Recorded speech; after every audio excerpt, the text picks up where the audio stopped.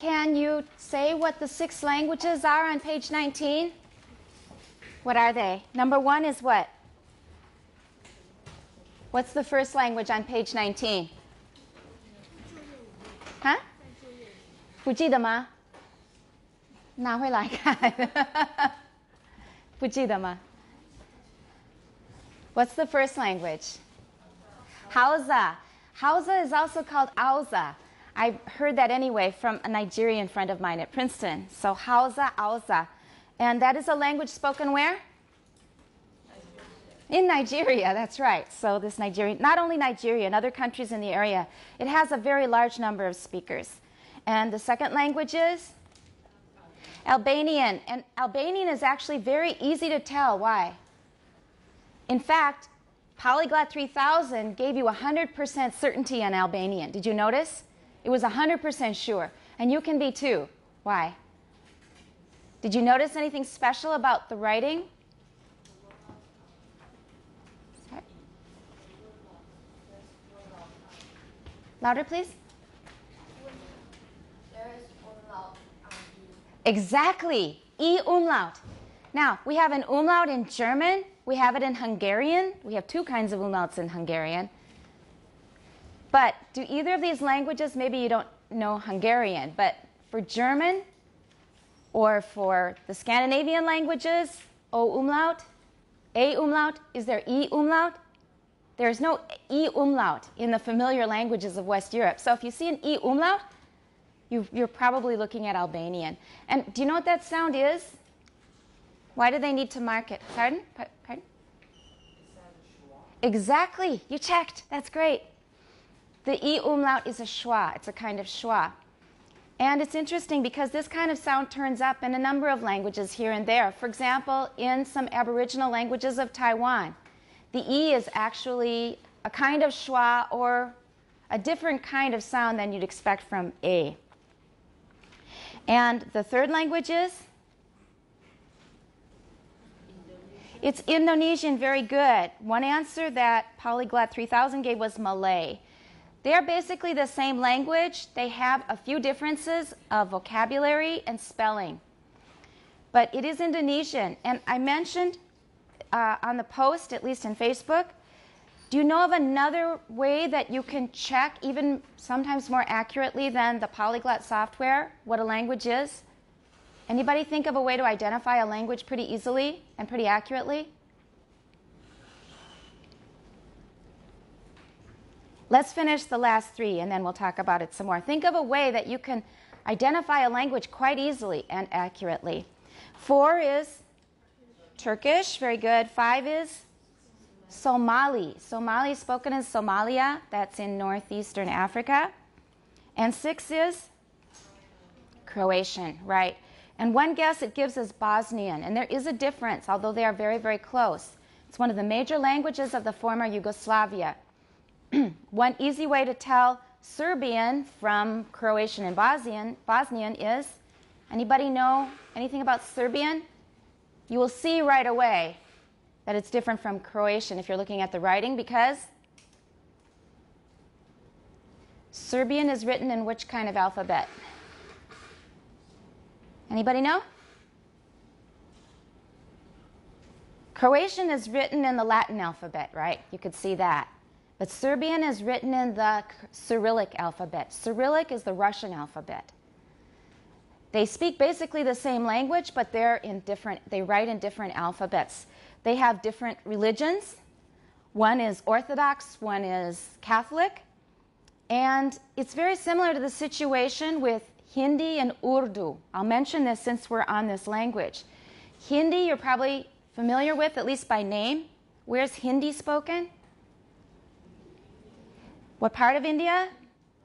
Very good. Northern India. Hindi is the major language. It's one of the official languages of India. The people in the south don't really have an interest in Hindi because their languages are Dravidian, totally unrelated to Hindi and the other languages of North India. Almost the same language as Hindi is spoken in Pakistan. And it's similar, but you can also tell the difference right away by looking at the writing because, anybody know? Hindi is written in what's called the Devanagari alphabet. And that's typical Indian script. Actually, all of these scripts come from the same origin. They have the same origin as our own alphabet.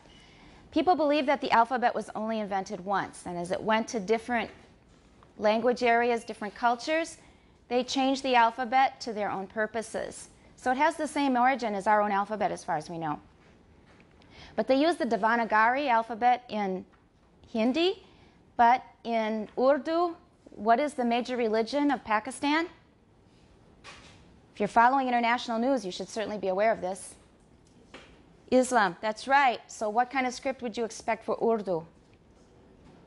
Arabic script. So they're basically the same language with some differences of vocabulary and other differences, but they mainly represent two countries and two religions. India is mainly Hindu, although there are many Muslims. Pakistan is overwhelmingly Muslim.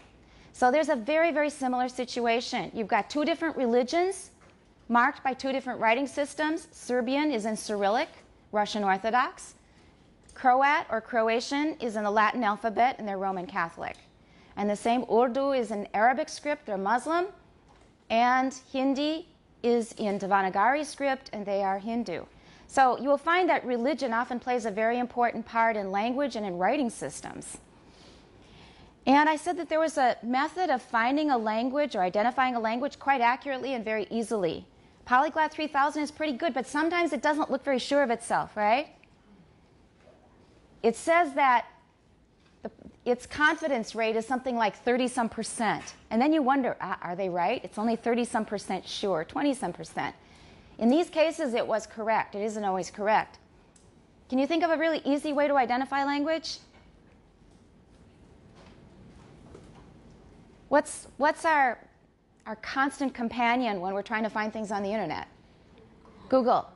If you just take a piece of text, and I think Google still only will do searches on 10 words or less. The maximum is 10 words. After 10 words, it just ignores everything you've put in there. If you just paste it into Google, where do you think you'll be taken? First of all, you'll be taken to this page. You found that, right? Yeah, you'll be taken back to this page because these news items, these samples were taken from the BBC. And I collected them. The BBC does not keep everything online that they've always posted, so it'll take you back to this site. But if you haven't put it in double quotes, remember sometimes you want to use double quotes so you get an exact search phrase. You don't want it to add S. You don't want it to change the spelling. You want this exact phrase, and you don't want it to change the order. But if you don't use double quotes and you put in about 10 words from the text, where will you be taken? Where will you be taken? This is how I confirmed the identity of Croatian. Where does it take you? You'll be taken to a lot of websites that end with HR. And that is the country code for Croatia. So, for example, DNTW, those sites are based where? In Taiwan, obviously. Why don't we have DNUS? Actually, we do, but it's not very common. This is a really interesting illustration of markedness in language. Why do we not see many US sites? You want to know if you have an American site, right? You're not going to see US in most cases. There is a US country code suffix, but it's not very common. How do we know that it's an American site, or how can we guess it's probably an American site? Okay, that goes back to the idea of markedness. If I just say rou, what kind of rou am I talking about? In Chinese? 哎，这个菜里面有肉. Which rou are you thinking of? Pork, right? Everybody's thinking of pork. Because pork is unmarked. We don't have to say 这个菜里面有猪肉. Unless we're really, really picky about pork, we're okay with everything but pork. Then we might say 猪肉. But if we say 这个菜里面有肉, we assume it's got pork in it. We don't have to say 猪, right? So we just assume 肉 means 猪, unless we say 这菜里面有牛肉. Some Taiwanese don't eat 牛肉, right? We will say 牛, we will say 鸡 and other things, 羊. But we don't have to say 猪 because the unmarked interpretation of 肉 is 猪肉. It's unmarked, 无标记，就是你没有加任何的形容词，你没有任何修饰。It just means pork. How about in English, meat? If I just say meat, what meat comes to mind? Beef. Because the unmarked meaning of meat in English is beef. I can remember from when I was very young, parents would say, eat your meat, and it was always beef, almost always beef. So that's the unmarked meaning of meat in English. It's different from in Chinese. Now, how does that relate to what I was asking about? Why do we not see many .us domains, country codes? Can you relate what I just said to what I'm asking? Jerome? The US is unmarked. Everything that's .com, .net, anything at all is probably based in the US. So there's a lot of people that use US domains that are not in the US. But anything in the US is not going to have a country code because it's like 肉. It's unmarked. 看到肉就是猪肉，看到没有标记，看到没有 country code 的时候就是美国。Right? Okay. So the point is that if you input like 10 words or less from one of these texts, it will take you probably to where? We're talking about country codes now. We're back to country codes. It'll take you to the country where that language is spoken, right? So I just put in 10 words. All of the sites were HR, which is the country code for Croatia. And that's one way to check your work. You write it down. That's a method to find what a language is. It's easier than downloading the software and then checking and then seeing it's not very confident. Just put in 10 words or less. Google will take you to the country where that language is spoken. You have to look at the majority of sites. There will always be exceptions. There are a lot of Chinese speakers living in the US, in Europe, and other places, in Africa. But if you keep being taken to a certain country, that's probably the language that you've input. All right? So that's an easier way to do it, a very simple way. Simple in as far as Google is simple. It's not really simple at all, but it's simple for us to use. Okay. Your handwritten consonant allophone rules are due next time on Wednesday, this Wednesday. So make sure those are finished. Writing out by hand all of the consonant allophone rules in the textbook, pages 72 to 77. We're going to go over the written and performance exercises for Chapter 3, which you will hand in on the 26th, 26号. You need to hand in two big things. Have two things ready. One is the Pratt assignment. Pratt assignment is due on November 26th. And the exercises, both written and performance exercises for Chapter 3, are also due on November 26th. And assuming all goes well, we are going to have our chapter test on Chapter 3 on the 28th, on a Wednesday. There will also be a dictation. So the 26th, hand in Pratt, hand in the exercises, or have ready the exercises for Chapter 3, both written and performance. 28th is the Chapter 3 chapter test. The syllabus is now up to date up through December 5th. So it wasn't up to date until yesterday. It is now up to date. So if you want to check all these dates, I posted them on Facebook last night, and also the syllabus page is up to date. And in addition, another important point, we're going to start Chapter 5 after we finish 3, as I mentioned we might do. Because at the end, we are always rushed. We are always rushed. I will take responsibility for that. It's my fault. I take a lot of time at the beginning. I want to ease people in, tell people lots of stories about related things. It sometimes helps because we save time later on, but it ends up that we spend a lot of time at the beginning and then we rush more and more as we go through the semester. On the one hand, it's human nature, and on the other hand, it's really me. So I will take responsibility for that. But Chapter 5 after Chapter 3 is done, so we should be starting that next time on Wednesday. We'll be starting Chapter 5. We will also do Chapter 4, but it may be more rushed. So anything that you can do on your own will help you and help everybody get through it a little faster. And we're going to finish Chapter 3 today. We're going to try. I hope it will work out that way. Does anybody have any questions, any confusion about assignments when they're due, about the test? Anything in Chapter 3 or previous to Chapter 3 or outside of the textbook? Anybody need to ask anything at all? Because otherwise, we're just going to concentrate on getting through the text. Yes? 可是那个 BBC 哪一个 BBC 有是 .uk.co. Oh, I'm not sure. Because they also have a base in the U.S. maybe. Right. I think when they don't have a country code, it's often because they have at least a site based in the U.S. I think that's the reason. But you can check online, I'm sure. Yeah. Anything else? All right. Or maybe it's .co.uk, BBC. BBC 好像是 .co. .co 跟美国的那个商业性的网站的那个 code 不一样。What is it in the U.S.? .com, 对不对？可是英国是 .co. Right, .co. And that's one way they distinguish. And I remember somebody being unhappy about that. Just an impression. But that's the way it is. The internet started in the U.S., so they make the rules. They didn't need the codes at the time because they were the only ones. As other countries came in, they added their country codes to mark where the website was based. Let's continue in Chapter 3, page 68. Our next reader, please. Zoe, the first approximants are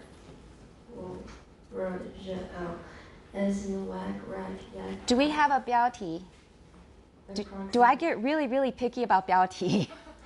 It's not just me. I don't do it just to be a pain. Why am I so picky about 标题? I told you like on the first day of class. Why am I so picky about section titles and headers? Very often we can be reading and reading and reading and then have a lot of information swimming in our head and we really don't know what the point is. We really don't know what the point is of the whole section.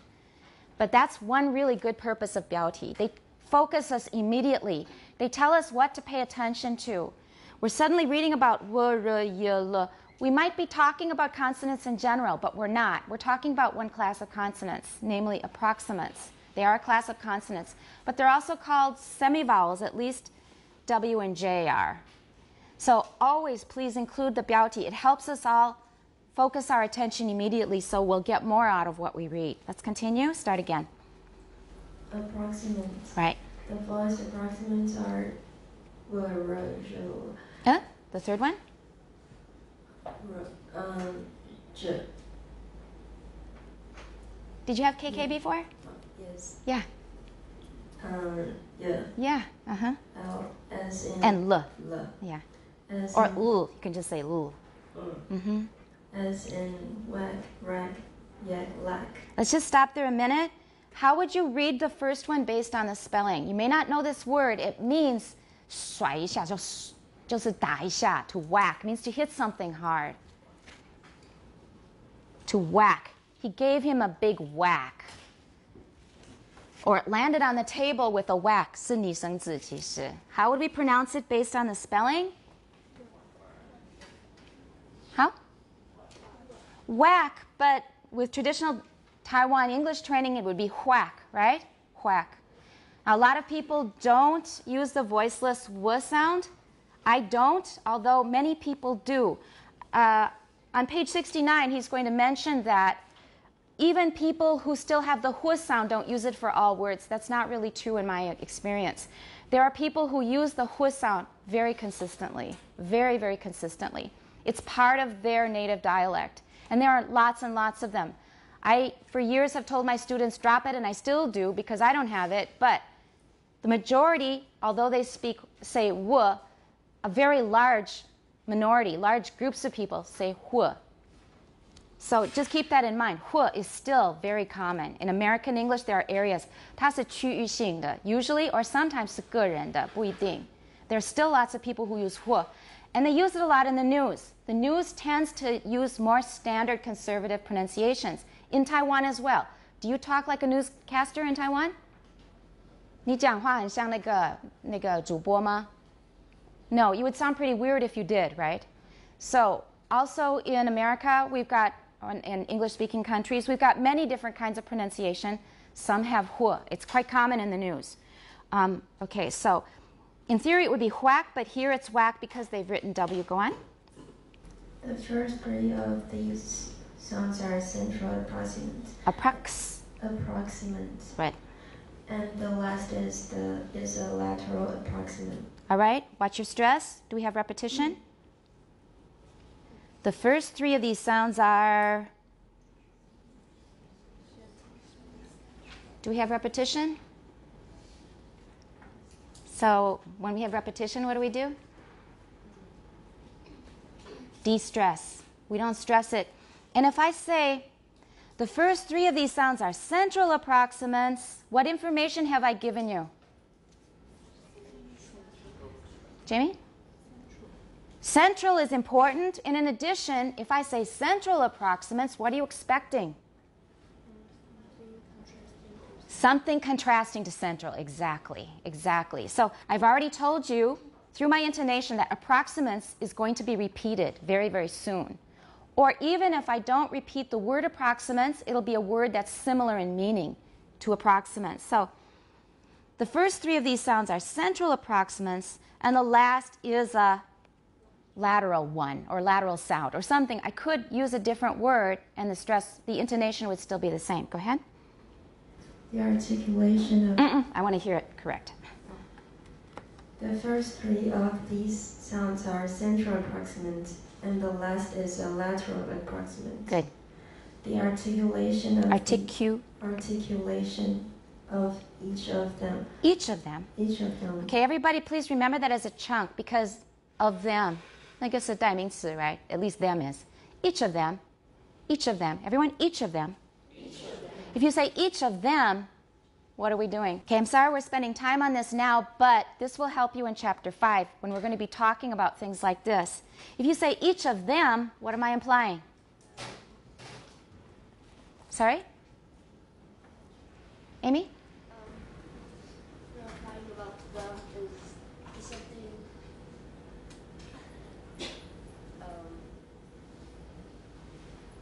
You look like you've got the right idea, so just find the words and you'll be fine. Each of them, that means I wasn't expecting us to be talking about them, and I'm really contrasting them with somebody else, some other group. Each of them, no, each of those people there. 总是有个 contrast. Them is a 虚词. So just remember each of them as a chunk. Unless you really want to emphasize it or contrast it, you shouldn't stress it, okay? Go ahead. The articulation of each of them varies slightly depending on the articulation of the following vowel. Good. I would say on the articulation. Depending on the articulation of the following vowel. The following vowel. The following vowel. Right. You can feel that. Feel. Feel. Sorry, everybody, please watch this word because it so often comes out as feel in Taiwan. Feel is 装满. Feel. Everyone feel. Feeling. Feels. Good. How? You can feel that the tongue is in a different position in the first sounds of we and water. Water. Mm-hmm. The same is true for reap and raw, li and law. Law. Raw. Law. Raw. The first one, raw. Raw. Not row, raw. Raw. Yeah. Li and law, and yi and yaw. Try to feel where your tongue is in each of these words. Okay, very good. Tongue. Tongue. Yeah, good. Anybody know what yi and ya are? I think you know yi. Yi means you, right? 你们. It's a plural. We don't use it anymore. And ya 很特别，跟那个航行有关。船上会用的一个字. Look it up. This is an interesting word. You may have occasion to use it in the future. Let's go on. Oh, wait. Let's make sure that we know what they're talking about here. These are the voiced approximants. All the approximants we've learned are voiced. At least normally they're voiced, or originally they're voiced. We know that sometimes they're voiceless when? When might you, for example, be the y in you be voiceless? When might the y in you or the l in play, for example, why is that voiceless? Comes after a voiceless obstruent. Okay, so play.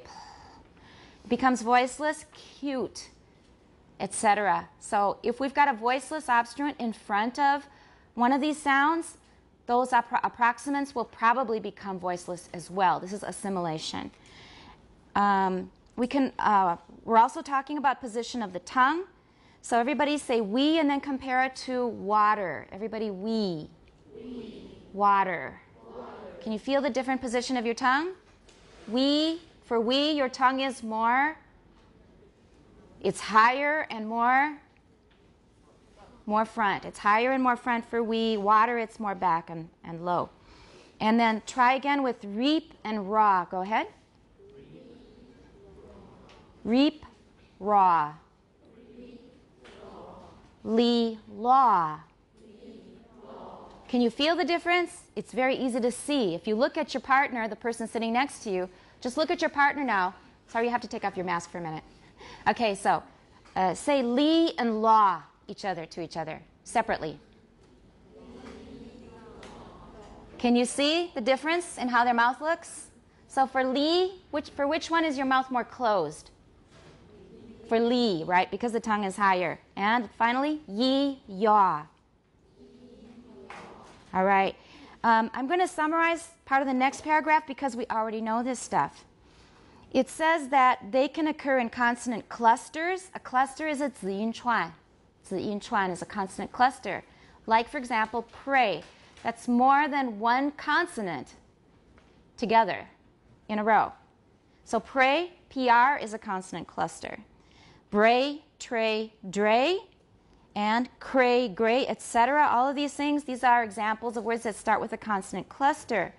And as we just said, all of these approximants tend to be voiceless, not 绝对的, not 100%, but normally, 通常, all of these approximants are voiceless when they come after a voiceless obstruent. Okay. And if we want to show that a sound is voiceless and aspirated, what's the aspiration symbol? A small raised H, not just any old H, a small raised H. And if there is no immediately following vowel, so if there is no vowel coming right after it, we can put a little circle under it, and we've also had that in class before.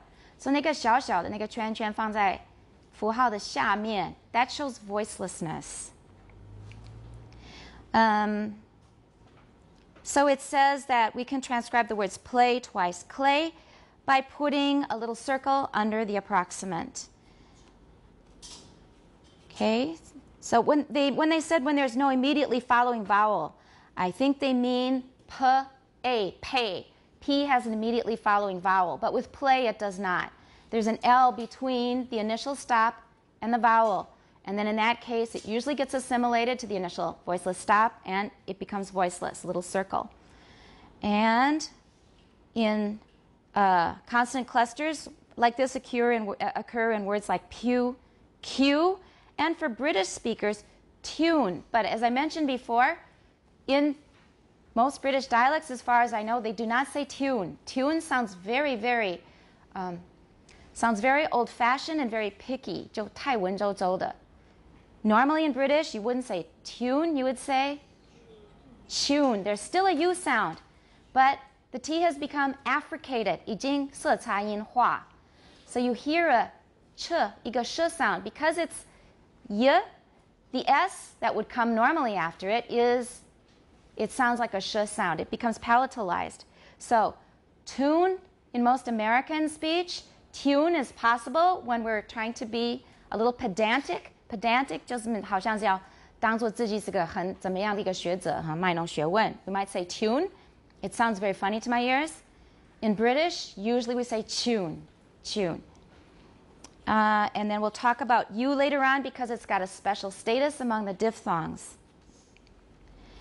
And the next part is about the difference between clear L and dark L. And I'm also going to summarize this very quickly. Clear L occurs where? What's its relative position in a word usually? Before a vowel, before a vowel. So pre-vocalic. a pre-vocalic L sound, is usually a clear L, especially in British English. In American English, all bets are off because we make lots of L's dark. We just darken L's all over the place. So in British English, it's a better example, a clearer example of clear L's before vowels is what you get before vowels. However, after a vowel, we get a dark vowel. In a clear L, what is the place of articulation? What is the place of articulation of a clear L?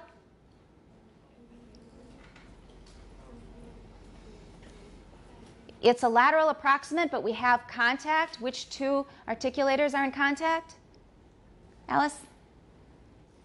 Which two articulators?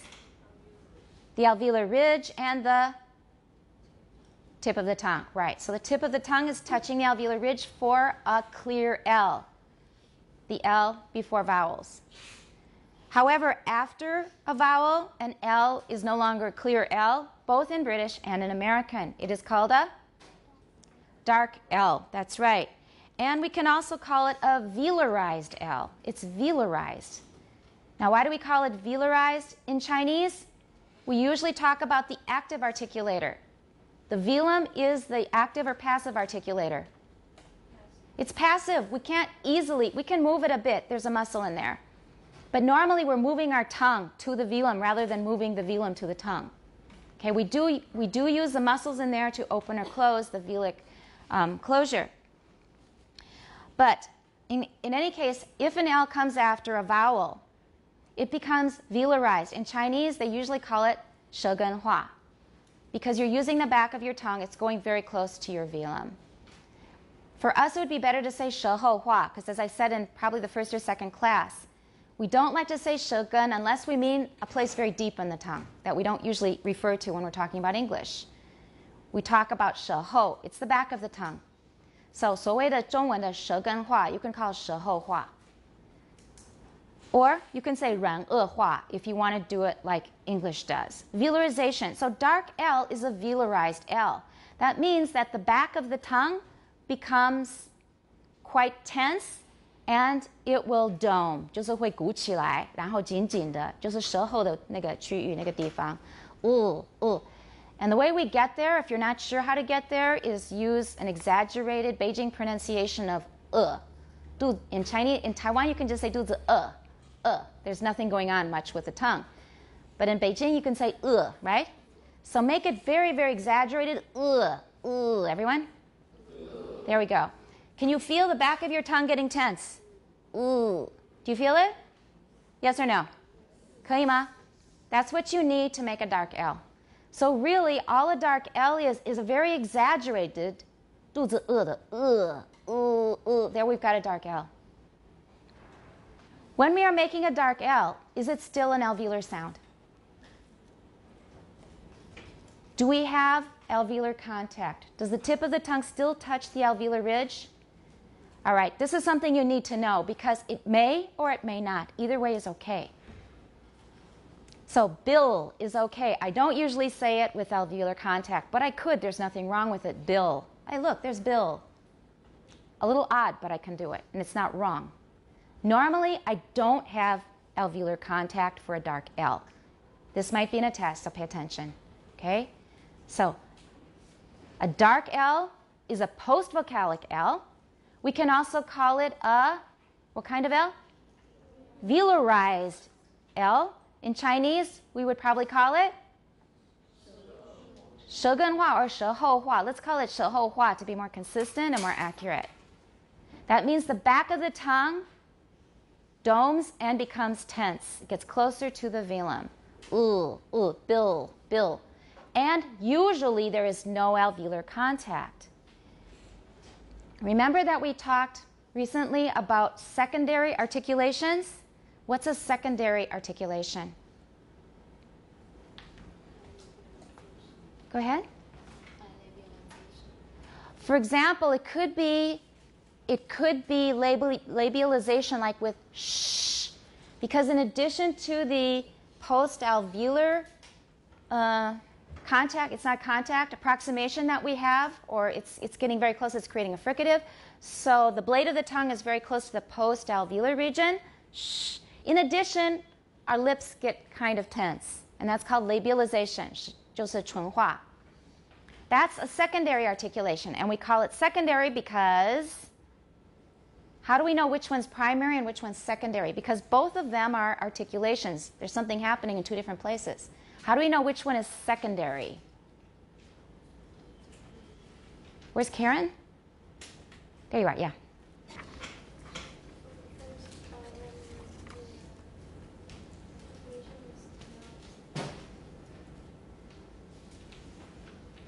You just need one more word and you've got it.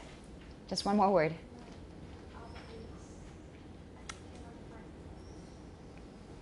比较接近，比较靠近。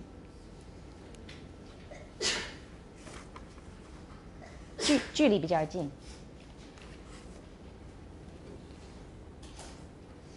Closer, yeah. If the two articulators are closer for one articulation than for the other articulation, then it will be a primary articulation. And if there is a second articulation, but the articulators are a bit further apart, 它距离比较远一点, that's a secondary articulation. That's also a typical test question. Okay? Into your notes. So, originally for a dark L, it was also an alveolar sound. We had contact between the tip of the tongue and the alveolar ridge. Air is coming out the sides of the tongue, or at least one side. That's why I call it a lateral, right? So we have contact at the alveolar ridge. But over time, this L, after vowels, developed a secondary articulation of velarization, right? Now, which is closer? The alveolar contact or the velarization? Which one is closer? At least at the beginning when we started producing, and this is what we believe happened with the development of dark L's.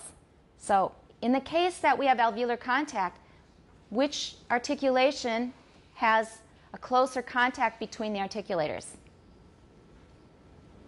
Alveolar area or the velar area? 就是器官靠的，就是 at least at the beginning. Let's assume we have alveolar contact now. So, this is the way a dark L probably started out. 本来就是舌尖会接触到齿龈，对不对? So, look, that's a clear L. Bill is a dark L, but I've still got alveolar contact. So we've got two articulations. We've got velarization, and we've got the tongue tip on the alveolar ridge. Comparing the two, in which one are the two articulators closer to each other? Alveolar or velar? Obviously alveolar because they're touching, right? But with the velarization, is the back of the tongue necessarily touching the velum? No, not necessarily. So in that way, we know that the velarization part of it is a primary or a secondary articulation? Secondary, right. That's as far, that's where I wanted to get us. Okay. The next step now is, over time, since there was velarization already marking that there was an L, did we really need that alveolar contact? Because we already hear an ul sound for a dark L after a vowel, right? We already hear that ul because of the velarization.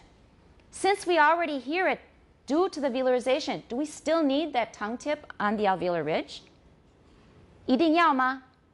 是不是要听出这个是一个舌根化的 L 或者舌后化的 L？ 我们真的很需要舌尖去顶上去吗？ No, we don't need it. So over time, we stop bothering at all. 所以它的 primary articulation 就消失了，不管了。So bill, I'm not doing anything in particular with the tip of my tongue. Now, in this case, of this kind of dark L, which is probably the most common, which is the primary articulation? What is the primary articulation of a dark L when there's no alveolar contact? It's the velarization, right? So now it has become a velarized sound, even though it may not be touching directly, but it's very, very close. We can't call that kind of an alveolar sound anymore because there is no alveolar contact. We leave it there because the phoneme is classified as an alveolar, right? But in fact, this allophone, this is an allophone. It's a 变体, it's a 同位音 that belongs to L. This version, 这个版本是没有 alveolar 的接触. So what is the primary articulation now? Velar. Okay, it's a velar articulation. And Ladefoged also mentions that, is this still a consonant? What's the definition of a consonant?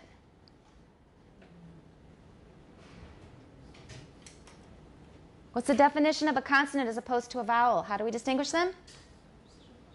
Go ahead. Obstruction.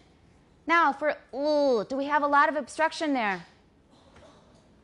In fact, in Chinese, is that a consonant or a vowel? 肚子饿. Is that a consonant or a vowel, Karen? Yeah. That's obviously a vowel, right? Now if I say that English dark L sounds like Chinese is L more of a vowel, do you think, or a consonant? Go ahead, Wendy. It's a vowel, basically. L becomes a high back vowel. Ooh. And Ladefoged mentions that in the text. So it really is, it's the second paragraph on page 69, the last sentence. Can you see it? Strictly speaking, therefore, this sound is not an alveolar consonant. We're talking about dark L, but more like some kind of what? Back vowel. All right? So please understand that about clear L and dark L. Dark L still belongs to the consonant phoneme, the approximant L. But in this form, this allophone of L, actually, strictly speaking, is a kind of vowel. But this is just an allophone. 它主要的呈现不是这样子，这是一个 allophone 同位音，其中一个表现而已。Just like water sounds like a D, it's voiced. But T 它天生不是 voiced, it's voiceless. 它 tap 是有 voicing, 那个就是一个 allophone 的一个呈现而已，一个表面现象。So it's a surface phenomenon. The real original character is it's a consonant, it's an approximant, it's alveolar. But this particular allophone is actually basically a kind of back vowel. And then we're going to continue with h. I mentioned in class before that h is often not on the table of consonants, the IPA symbols at all. Look in your book, inside the back cover. Can we find h? All right. It's called glottal and a fricative, but it is neither glottal nor fricative. It's not glottal and it's not fricative. Because if it becomes fricative, it depends on where you're producing it and how much force you use. For example, in Beijing Mandarin, 好, 好. All right? We write it with H, but that is actually a velar fricative. 因为它比较接近，产生摩擦. But in the Taiwan version, it's 好, 好. Do we have friction? We do have some noise, but the noise is basically aspiration. 就是吹气, that's all. The H has been 弱化. It's really been considerably weakened. Or this sound that we write with H in Pinyin. We write it with X in IPA. X 就是无声的那个舌后擦音. 好, we'd write with an X. But for hao, we can just use an H for Taiwan Mandarin, no problem. Because we usually don't have that friction. So H is not really a fricative. We don't have friction, we have aspiration. And it's only glottal if you're just breathing and doing nothing else. You can call that glottal, sort of. But if you have another sound after it, for example, let's say he, ta, he, say he. He. Where's your tongue? Where is the highest part of your tongue? He. He. He. Suck in cool air, you can probably find it. He. Which part of your tongue feels cooler? Is it way in back? Way in back for he? Where is it?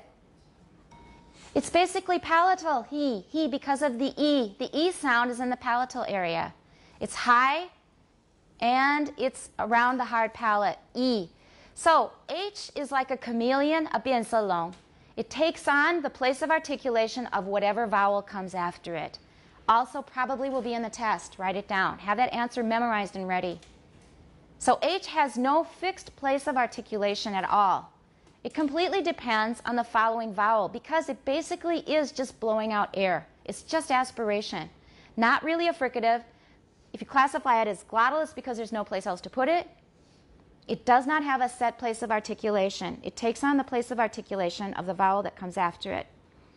And it says that H normally occurs only in what places in English? Look at the beginning of the last paragraph of this section on page 69. We usually only pronounce H in what position? Can we pronounce an H at the end of a syllable? How about B-E-E-H? Would that work in English? B. Do we have such a word? H cannot occur in a final position, in a syllable final position. It can't. It just doesn't happen because of the rules of phonotactics, which you should already have read about. So H does not occur at the end of a syllable. Now, does that ring a bell? Is there a sound, a consonant in English that does not occur at the beginning of a syllable? What is it? Zh sometimes does, genre. It's just very uncommon and it's only in foreign loans. But there's a sound that never occurs at the beginning of a syllable, which is ng, angma, right? That's never at the beginning of a syllable. In Vietnamese, they have it, but when it comes into English, it comes out as nguyen, comes out as n, because we just don't say ng at the beginning of a syllable. So, certain phonologists have suggested that ng and h can be viewed as allophones of the same phoneme. Would you agree with that? Could you accept that? Because h only occurs at the beginning of a syllable. Ng never occurs at the beginning of a syllable. If it's ng, it's at the end of a syllable. So could we put those together and say they're actually just conditioned variants of the same phoneme? They're allophones of the same phoneme? Could we do that? You don't like that. Why? Your zizhue is very good. Let's justify it, though, objectively. I agree with you totally. I don't like that. I don't like that at all. It's been tried, but there's a very good objection against it. What is it? The meaning will change if But we can't put a ng at the beginning of a syllable, and we can't put a h at the end. So why can't we just say they belong to the same abstract phoneme? If it's at the beginning, it's naturally a h. If it's at the end, it's naturally a ng. There's no chongtu. We can't change the meaning because they can't change places. Right? Anybody think of a good reason why we should not consider them as allophones of the same phoneme? I think most of you have a zizhue, right? You have this feeling in your gut that it's not a nice idea. Doesn't sound good. Why?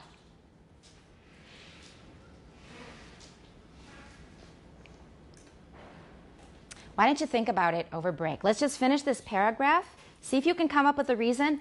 Actually, there is a reason, I think, in the textbook. But you can get to it by thinking, probably. And it says that some speakers of English also have the sound h before w, so they have the hua sound. They distinguish between which and which. I don't, but my third grade teacher tried very hard to get the whole class to say which, what, where, instead of which, what, where. She would correct us, and she would do it in a very, very elevated way. Which, what? I still remember that. It really left an impression. But I don't know if anybody ever changed their English because of something a grade school teacher told you. Maybe some people did. We didn't, I don't think. And as I mentioned in class before, there are 3 different ways to write this sound. What are they? The most common one that you learn in Taiwan is what? Not H, by the way, H. 开朗一点. Everybody H. Yeah, don't say H. Everyone H. Very good. What is the way you learn in Taiwan? H, W, right? HW, where, for example, whether. And the second way to do it that we mentioned in class before, and it's also in this paragraph, we know a Jiangjiu way to do it. We can just add a little circle under the W, and that means voiceless. So it goes from voiced w to voiceless hu. That's the second way. And the third way, we can use a separate symbol. Very good. Somebody's drawing it. and upside down, lowercase w. So 小写的 w 倒过来写 is also hu. Now, it doesn't seem very consistent to have 3 different symbols, but there are various reasons that we do this. Circles are usually added when 临时发生的突然间变 voiceless, 我们就 add a circle. That means 平常可能不是 voiced. 临时变平常不是 voiceless. 临时变 voiceless. That's usually when we use a circle. Keep that in mind, everybody. This is an important point, also maybe in a test.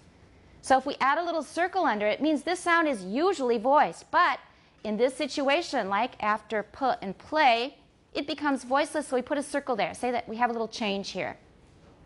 It's an allophone, usually.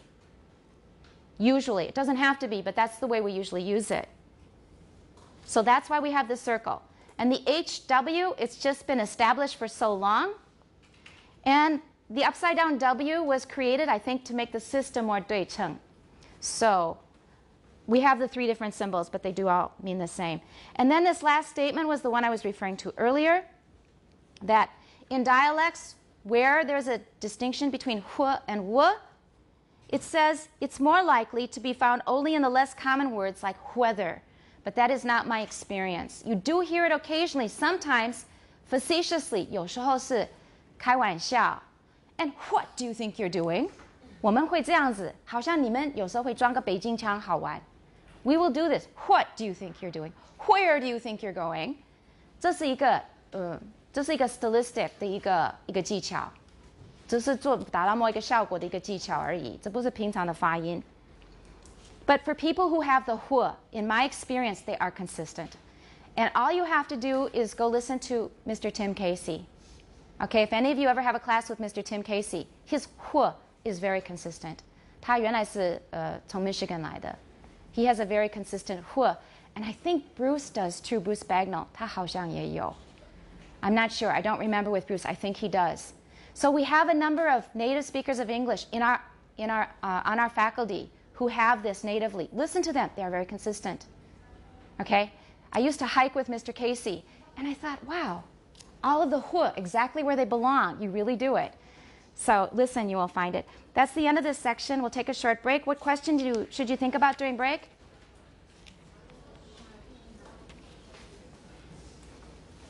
Why ng and h shouldn't really be considered allophones of the same phoneme, right? Okay, break time. Anybody come up with a good theory about why it's not so good to have h and ng as allophones of the same phoneme? Jerome looks ready. Is it because that we can talk and find any similarities between H and U? That's the answer right there. That is the answer. They're not similar enough. They don't have much at all in common. They just don't have enough in common. H has no place of articulation, so it's very hard to compare. But ng is velar. Ng is what kind of a sound? How do we classify it? It's nasal. It's a velar nasal sound. And h is aspiration. We don't have a really, it doesn't belong to that same classification system at all. It's voiceless. They just don't have much in common at all. And if we choose sounds as allophones, if we suggest that a certain sound is an allophone of a certain phoneme, they should have something in common. We do have a little trouble here, though, because think of the allophones of t. What are some of the allophones of t? And we probably have more allophones for t in English than for any other sound. T probably has more allophones than any other sound in English. So basically we have voiceless. Aspirated comes first. That's, I would say, the base value. That's the least marked of the allophones. It's the most commonly thought of. It's the first thing we think of. When it's syllable initial, it's voiced and aspirated. Voiceless and aspirated. And what's another allophone of t? At the end of a syllable, it's usually, is it aspirated?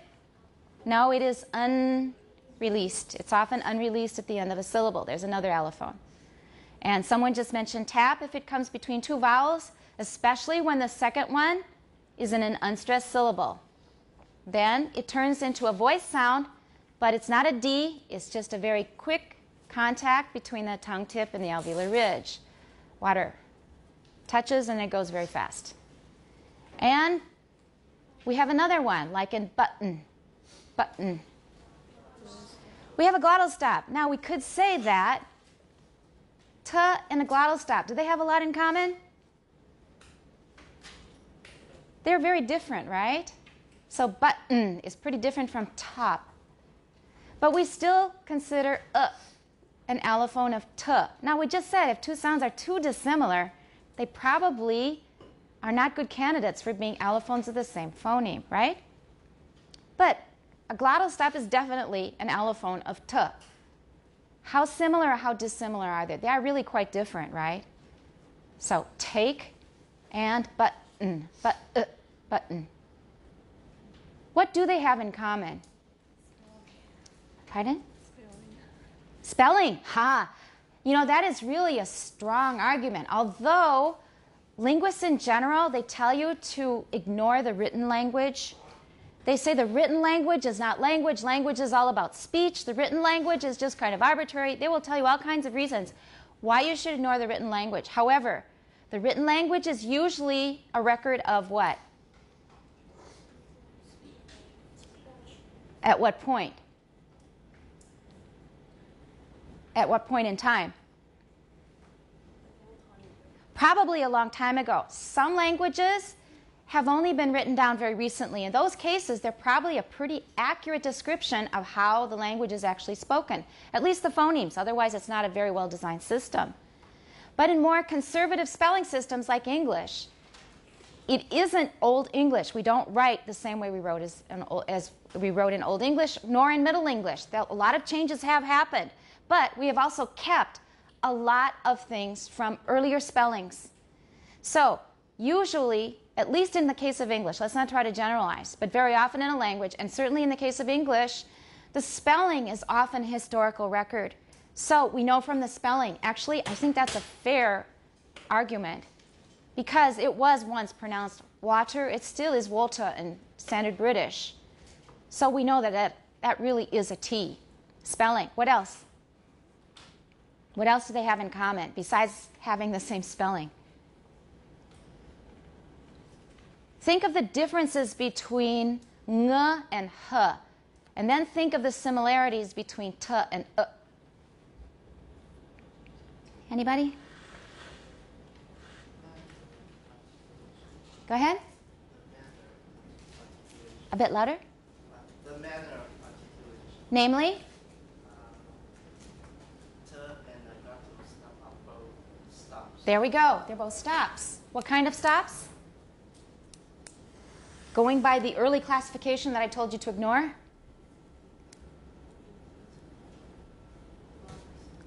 One is a glottal stop, one is not a glottal stop. They're both oral. They're both oral. So first of all, they're both oral. Second, they're both stops. One is voiceless, one is voiced. We've got some dissimilarities. The place of articulation, 其实差得蛮远. But in fact, they do at least have in common that they're both stops and they are both oral.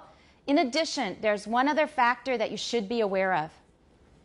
It's something that I mentioned in class before. Remember when I gave the illustration of where you sit when you get on a bus, depending on how many people are already sitting in the bus?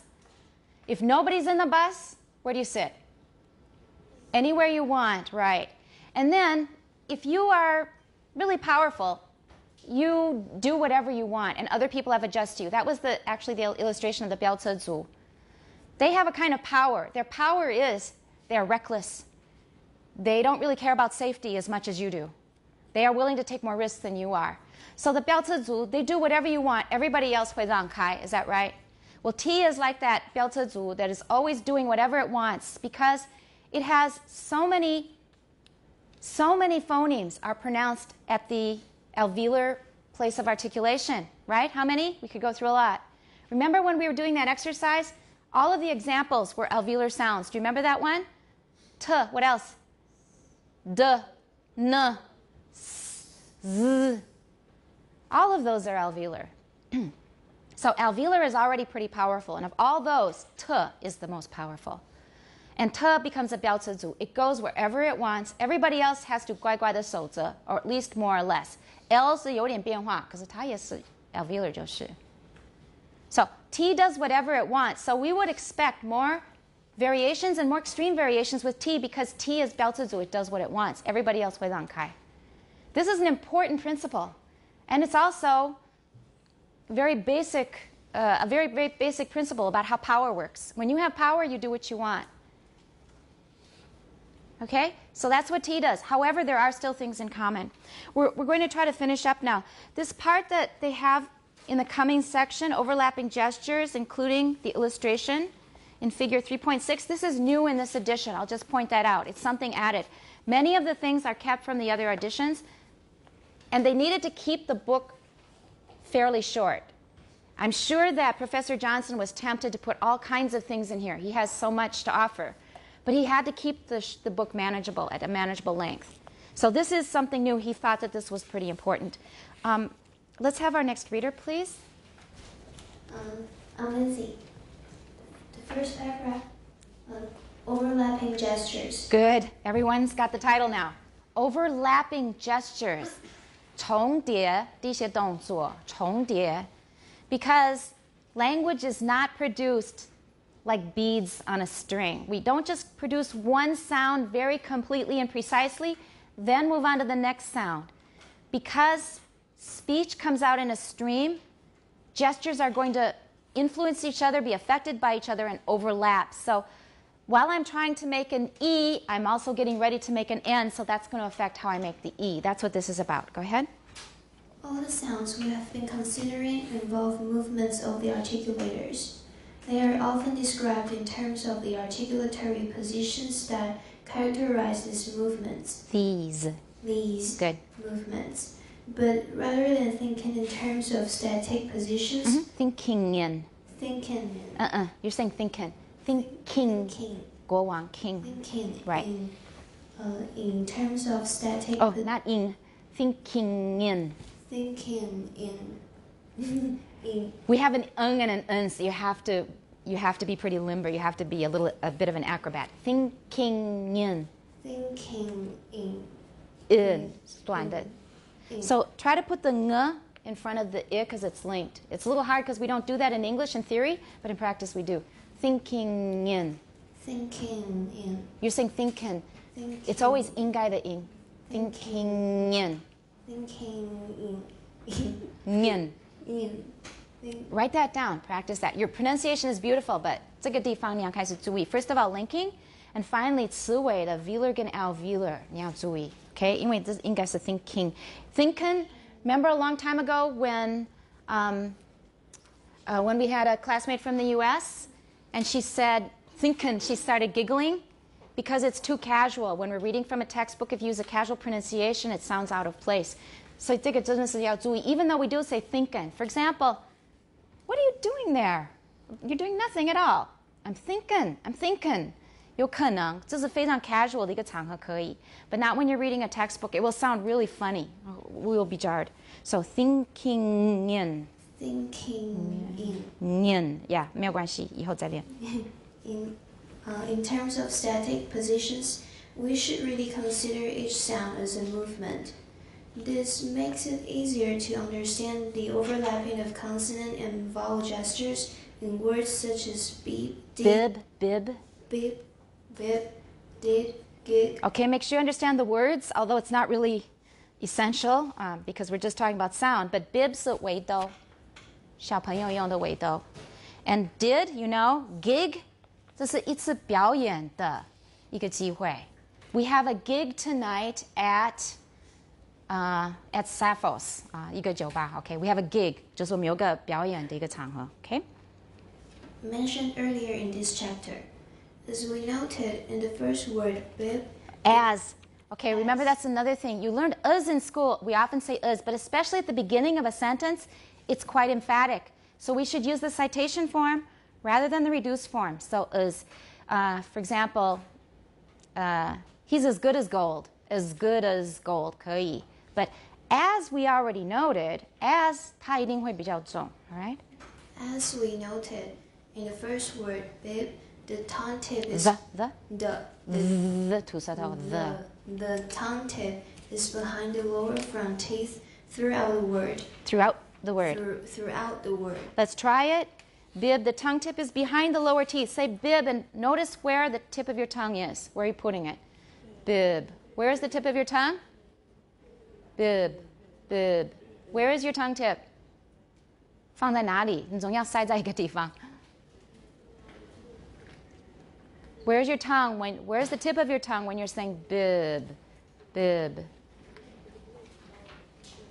It says in the book, it's usually behind the lower teeth. Yours probably is in that place. It's hard to make this sound correctly unless you put it there. So we're going to start paying attention now to what you're doing with articulators when we're not using them right in the moment. So for bib, we've got a vowel. Vowel, we don't have an obstruction, right? But we have to put our articulator somewhere. So it's going to be affected by b, both at the beginning and the end. Usually the tongue is behind the lower front teeth. Okay? In the second word, did, the tip of the tongue goes up for the first and remains close to the alveolar ridge during the vowel so that it is ready for the second d. Good. Remains. Remain. Everyone, remains. Remains. Mark this word in your notes because most of you will say remains or remains. Should be remains. Try it again. Remains. Remains. Good. Okay. In the third word, geek, the back of the tongue is raised. Tongue.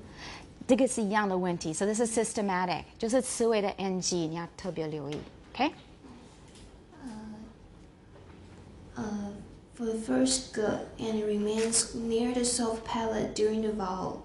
Soft. Soft. Okay, everyone, soft. Soft palate. Ah, good. Very good. On soft palate during the vowel.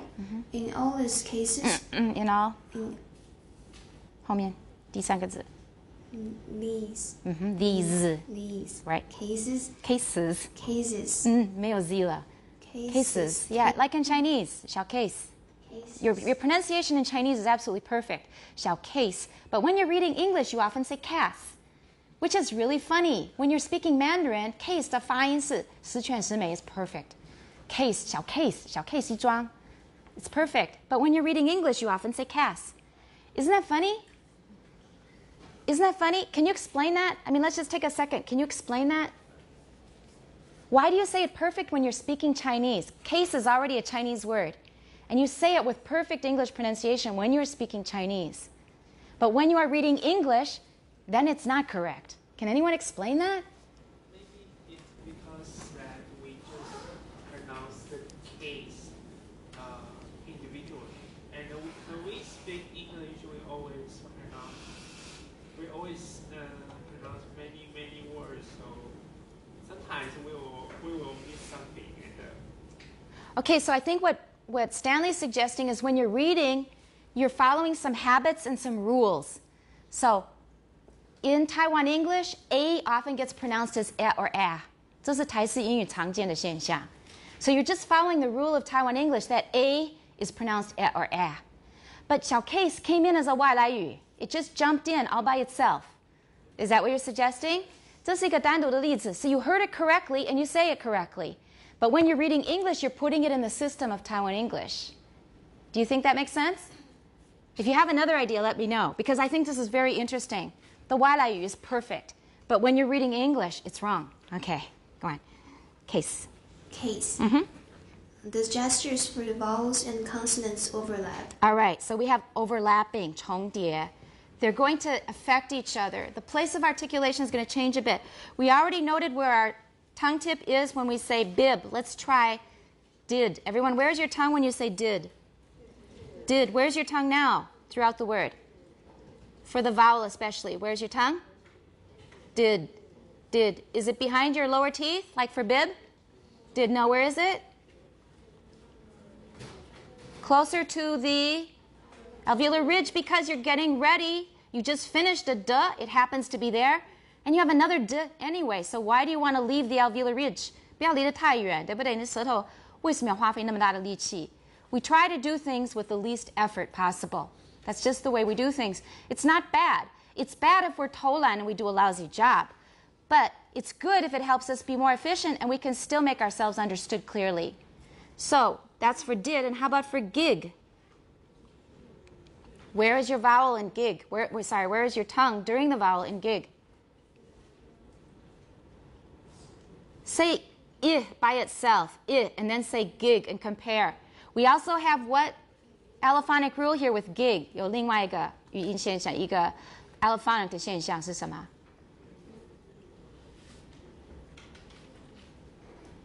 Is the vowel in gig exactly the same vowel as in did and bib?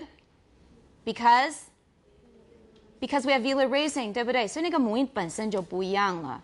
In addition, we've got more of an E sound than an is sound because of velar raising. In addition, that final velar sound is doing what to your tongue, and also the beginning velar sound too.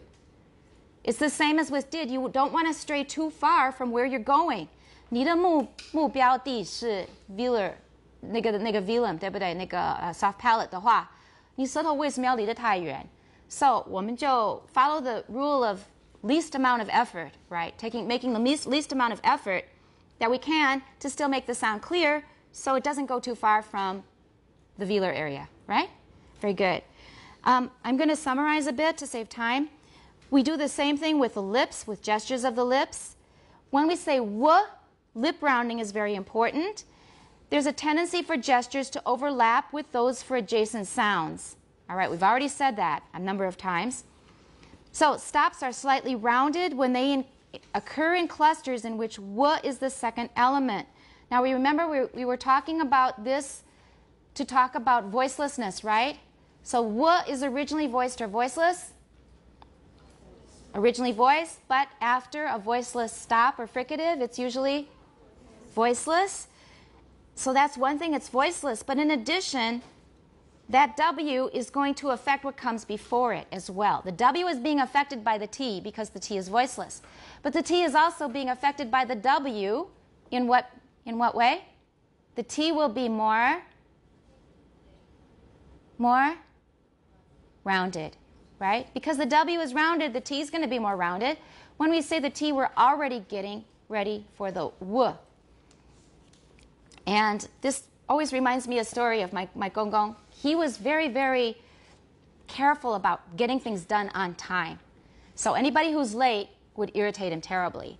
And if he was, the story in the family was, 明天客人要来，今天先把茶泡好. That's what they said about my gongong. Yeah, 所以就是明天要来的客人，今天先把茶泡好. So that's what we're doing. We're behaving like my gongong here. We know the W is coming, so 我们先把茶泡好。那个 T 我们先加 rounding，T 是不需要 rounding 的，可是我们先把那个茶泡好。So say our example word twice, everyone, twice. Now, stop yourself when you're saying the t and look at feel what your lips are doing. Look at mine. You can see mine. Twice. I've already rounded it before I've even made the T. That's what we're talking about here when we're talking about overlapping gestures. This is called anticipatory assimilation. Anticipatory. Anticipate.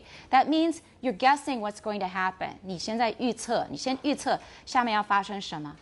So this is anticipatory assimilation. 你在预测后面需要一个 lip rounded 的 W 的时候，你就提早开始加 lip rounding. Anticipatory assimilation. There's another kind, and it's called perseverative. Perseverative. That comes from persevere. Persevere 是坚持下去. Okay, we'll find an example of perseverative assimilation in English as well, I think. But usually English uses anticipatory assimilation, 比较多. Usually we're getting ready for something happening in the future rather than preserving something happening in the past. But we do that as well. Okay, let's look at the rest of the paragraph. So another sound that has some lip rounding besides W is what? R， 也是有 lip rounding. And that's quite a difference from the Chinese and 儿子. Okay, look at my mouth so you can see it. 而且儿子. Now that's a more Beijing pronunciation. Sometimes you have no R at all in Taiwan. Is that right? 儿子. Do you hear people say 儿子? 有没有? A lot of time the R is completely gone from Taiwan English. In addition, 因为没有 R, 该有 R 的地方没有 R, 所以不该有 R, 有的人会乱加 R, right? And it's not just 儿运化. It also is 肚子饿, 我听过. You hear people saying the funniest things, 就是饿的音. Taiwan English, Taiwan Mandarin 是饿, 肚子饿. But you will often hear people say 肚子好饿. If you haven't heard it, listen. 该有饿的地方, you will often hear It's really funny. When I hear it, I feel embarrassed. I think, don't you know better? There's no R there. It sounds like they're trying to show off and trying to sound more Beijing or something. I don't know the reason, but it's really common. Not everybody does it. And the people who do it don't do it all the time. But it's really frequent. You do hear it. So that's the case. Anyway, with in Mandarin.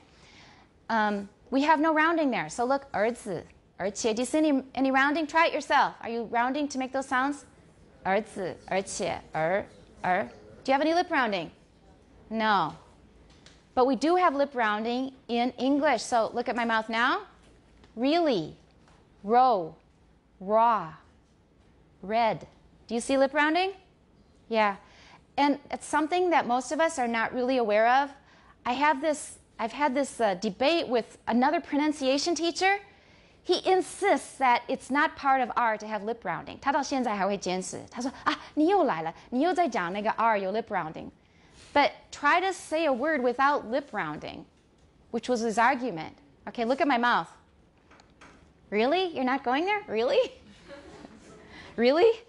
There is almost always some lip rounding. So R inherently is rounded. Keep that in mind, whatever this guy says.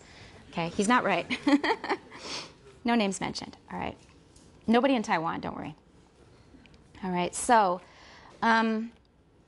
this is going to affect what comes before it. So, for example, with the word 树, 一棵树, how do we say that? 一棵树, 长叶子的那种 in English. Tree, look at my mouth. Tree, tree. Do I have rounding for the T? Yeah, so W and R will probably add rounding to what comes before it. And that's called anticipatory assimilation. Very good. Okay, the other one's called perseverative. Perseverative. 我卖个关子. I won't give you an example yet, but there are a few examples of perseverative assimilation in English.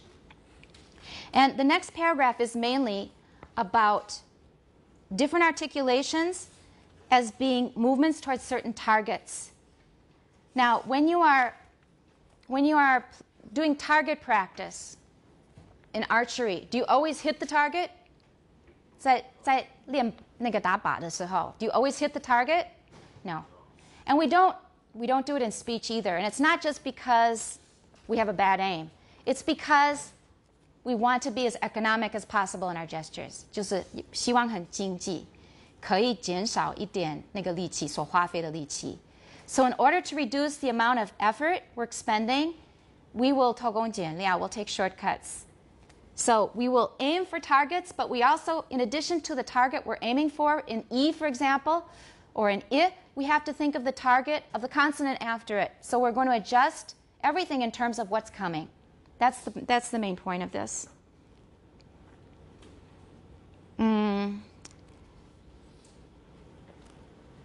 All right, let's look at the gesture at these drawings now. In figure 3.6 that I mentioned, we're new in this edition on page 71. And it says that the data here are traces of the vocal tract during b, d, g in a variety of vowel contexts. In which language? In French. So these are not for English, these are for French. And then he's going to point out what is different for different vowels that come after these sounds. I think it's mostly after. And if you look closely, we're in the middle now of the last paragraph on page 70, that really long one. You can see the tongue positions during B for the French vowels I, U, and A, and the umlaut U, which is U. So the letter Y is the symbol for U, same as for Mandarin, U. And you will see that the tongue position varies quite a bit for B. Everybody see B now in figure 3.6? Right? So you can see that the jaw, the lips, do they have a lot of lines, or are they mostly in the same place compared to the tongue? To make the vowels, the tongue is in many different places. It's affecting the B in terms of the tongue position. 就是意思说你要念 B 的时候，你不管哪个母音，你的嘴唇跟那个下颚那些地方会不会有很不一样的位置？会不会有很多变化？ Okay, you're shaking your heads. That's a good sign. 所以你的 jaw, 你的 lips 在念 B 的时候，不管哪个母音出现在它的后面 ，or maybe 前面，那个 B 的那个嘴唇跟下颚的位置不大会变，都差不多。So we don't see a lot of fuzzy lines. But what about the drawings of the tongue?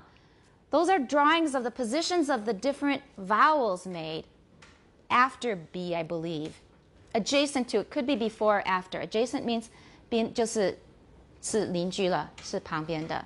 So it could be either before or after. Can you see all those different lines for the position of the tongue for B? Do you see it? So they drew all kinds of different positions of the tongue. We've got many, many variations and positions of the tongue during B. 这是念 B 的时候，旁边有不同的母音的时候，那个 B 本身嘴唇下颚没有什么动，没有什么变化，可是舌头的位置会有很多不同的位置。Is that clear? All right, so this is where these are really pictures of what the articulatory organs are doing during B. 这是念子音的时候，可是因为受到母音的影响，舌头的位置很多不同的啊，下颚嘴唇不大会变。How about for D? Do we have a lot of differences in the lips and in the jaw? For D. We have some differences in the lips, right? The lips are getting a little fuzzier here. 然后how about the jaw is also quite stable, but the jaw is also quite stable, much like B. How about the tongue? Do we have as much variation with D in the context of different vowels as we do for B? 没有那么多的变化 So that means that 的比较会把舌头固定住一点。这个舌头就在念不同的母音，在接近的时候，或者念的的时候，那个舌头的位置其实都不会变太多。And what's the reason for that? Because to make a 的再怎么样 what do we have to do with our tongue? We have to put the tongue tip on the alveolar ridge or the teeth. In French and the Romance languages, the alveolar sounds of English, their counterparts in the Romance languages are often dental. 所以法文、意大利文等等，西班牙文大部分都是齿音，不像英文的那个 alveolar 比较多。就像中文也是 dental 的呈现比较多，对不对？ So the tongue has to be on the alveolar ridge or partly on the teeth as well. So there's not much you can do with the tongue. The different vowels are not going to change it as much because it's got something it absolutely has to do. This is 无论如何要做到的。But when you're making a B, is there anything special you absolutely have to do with the tongue? 你在念 B 的时候 tongue 有没有一定要执行的任务？有没有？没有 So that's why we have so much flexibility. And then how about for G? How about for G? Do we have as much variation as we do for B? No. Do we have as little variation as we do for D? No. We've got something in between. 也有一些 variation. 可是 G 跟 D 一样，舌头再怎么样是要碰到。But with G, we do have some variation because what? Remember car and key? Car, key. What's the difference?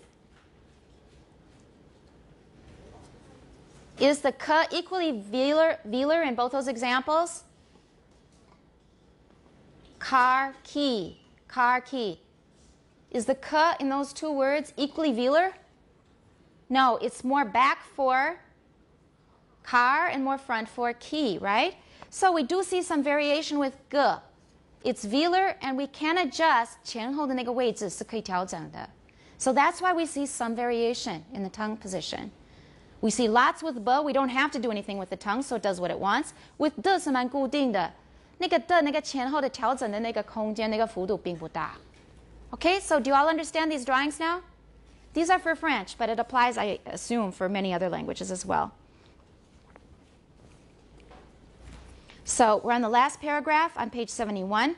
Co-articulation between sounds will always result in the positions of some parts of the vocal tract being influenced quite a lot, whereas others will not be so much affected by neighboring targets. That's an important sentence.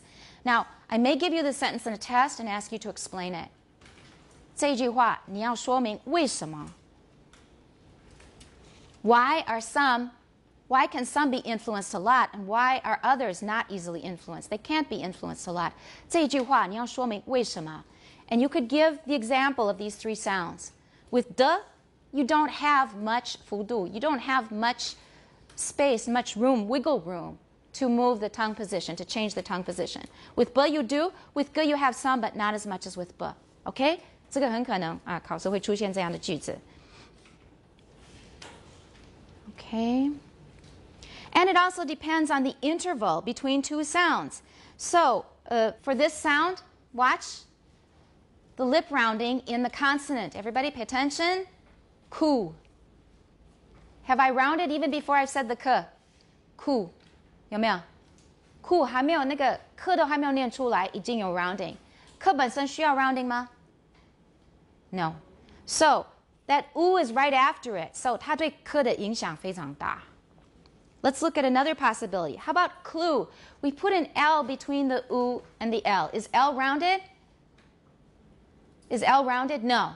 So you think that 中间夹一个没有圆唇的一个音的话，会不会使那个 K 怎么样 ？Rounding 少一点，会不会？ So watch my comparison of the two. Ku, clue. Ku, clue. Do you see less rounding for clue? But is there still rounding? Yes, there is. There's less rounding, but there is still rounding. So 中间夹一个没有 rounding 的音，还是会有影响，可是可能会减少一些。Now, how about if we put a word boundary between the two? 是一个字跟一个字之间的那个界限。So look at the example. We're at the bottom of 71. Watch again. This one is sack lu. That means 把撸炒鱿鱼了的意思，炒撸的鱿鱼的意思。So watch. Ku, clue, sack lu. Ku, clue, sack. Do I have much rounding? No, I may have a little, but not much. If I didn't have u coming, sack, I may have even less rounding. So sack, look, sack, I'm still getting ready. 可是会更少，对不对? Okay? So again, I'll compare the three. Watch. Ku, clue, sack, sack, lu. Sack, lu. 还是有一点 rounding, 可是蛮少的. Doesn't necessarily have to have rounding. How about in tackle lu? The lip rounding for the u may start in the k, which is separated by two segments and a word boundary, top of 72. Everybody watch. Sack lu. Sack, not too much rounding, but there may be a little bit. So, 隔得有点远的时候, two segments plus a word boundary, 你可能还是有一点影响，可能会有点 rounding. So, we have no simple relationship between the description of a language in terms of phonemes and the description of utterances in terms of gestural targets. 所以你的 targets 你要提供一个非常准确，就是绝对不会有错误的，不会有偏离的地方的一个 description. 我们做得到吗? No, because there are too many influencing factors in speech. 左右那个旁边的那些音影响很难预测. So we are not able to make a perfect description of phonemes in terms of gestural targets. We can describe their targets, but the actual pronunciation is going to show a lot of differences.